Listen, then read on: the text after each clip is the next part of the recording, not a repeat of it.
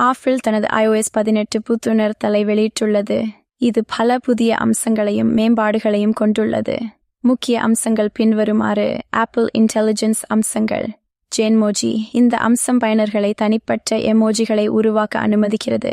பயனர்கள் தங்கள் சொந்த விளக்கங்களை பயன்படுத்தி தனிப்பட்ட எமோஜிகளை உருவாக்க முடியும். படம் பூங்கா. பயனர்கள் உரை விளக்கங்களை பயன்படுத்தி படங்களை உருவாக்க இந்த கருவியை பயன்படுத்த முடியும். இதில் பல கலை இலக்கணங்களை தேர்வு செய்து படங்களை உருவாக்கலாம். சிரி மற்றும் ChatGPT ஒருங்கிணைப்பு. சிரி இப்போது ChatGPT-உடன் ஒருங்கிணைக்கப்பட்டுள்ளது. இது சிரிக்கு மேலும் சிக்கலான கேள்விகளுக்கு பதிலளிக்க உதவுகிறது.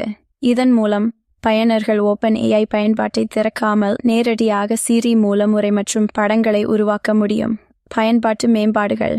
மெயில் மின்னஞ்சல் பயன்பாட்டில் மின்னஞ்சல்கள் முக்கியத்துவம் மற்றும் அவசரத்தன்மை அடிப்படையில் தானாகவே வகைப்படுத்தப்படுகின்றன. மேலும் ஒரே அனுப்புநரின் மின்னஞ்சல்கள் ஒரே தொகுப்பாக குழுவாக்கப்படுகின்றன.